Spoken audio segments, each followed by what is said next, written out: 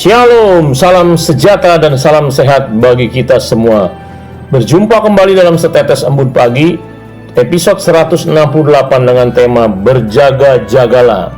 Firman Tuhan diambil dari Lukas 21 ayat 34-36 yang berbunyi, "Jagalah dirimu supaya hatimu jangan syarat oleh pesta pora dan kemabukan, serta kepentingan-kepentingan duniawi, dan supaya hari Tuhan jangan dengan tiba-tiba jatuh ke atas dirimu seperti suatu jerat.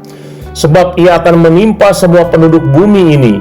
Berjaga-jagalah senantiasa sambil berdoa, supaya kamu beroleh kekuatan untuk luput dari semua yang akan terjadi itu, dan supaya kamu tahan berdiri di hadapan Anak Manusia." Saudara, Tuhan Yesus mengingatkan keadaan di dalam diri kita sendiri, sementara sebelumnya Tuhan menubuatkan keadaan di luar diri kita menjelang kedatangannya yang kedua. Apa yang menjadi kewajiban kita menyambut kedatangan Kristus kedua kali? Kita harus menjaga diri dan menguasai hati kita, supaya kita siap melakukan persiapan untuk menghadapi penghakiman, bahkan kematian. Ada dua hal yang harus kita waspadai. Yang pertama, pemuasan keinginan daging, yaitu memuaskan diri dengan keinginan-keinginan indrawi secara berlebihan. Firman Tuhan berkata, "Jagalah dirimu supaya hatimu jangan syarat oleh pesta pora dan kemabukan, makan dan minum secara berlebihan, dan lain-lain." Semuanya itu membuat manusia lamban dan tidak bergairah terhadap kewajiban mereka. Semua itu membodohi hati nurani dan menyebabkan akal budi mati rasa terhadap hal yang menyentuh sekalipun.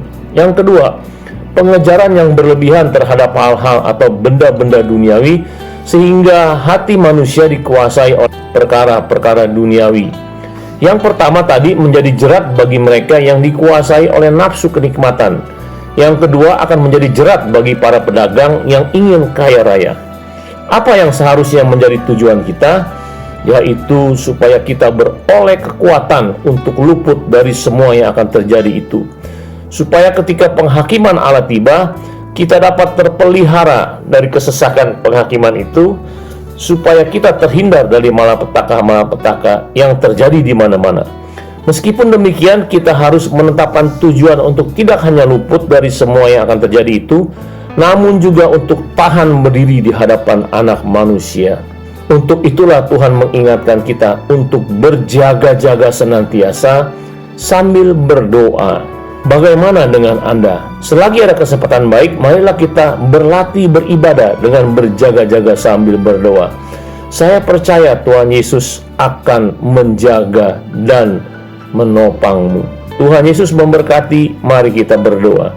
Terima kasih Tuhan, Engkau mengingatkan kembali kami untuk berjaga-jaga dan berdoa, supaya kami luput dari semua itu dan tahan berdiri di hadapan Engkau.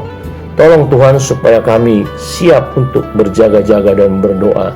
Terima kasih dalam nama Tuhan Yesus. Amin.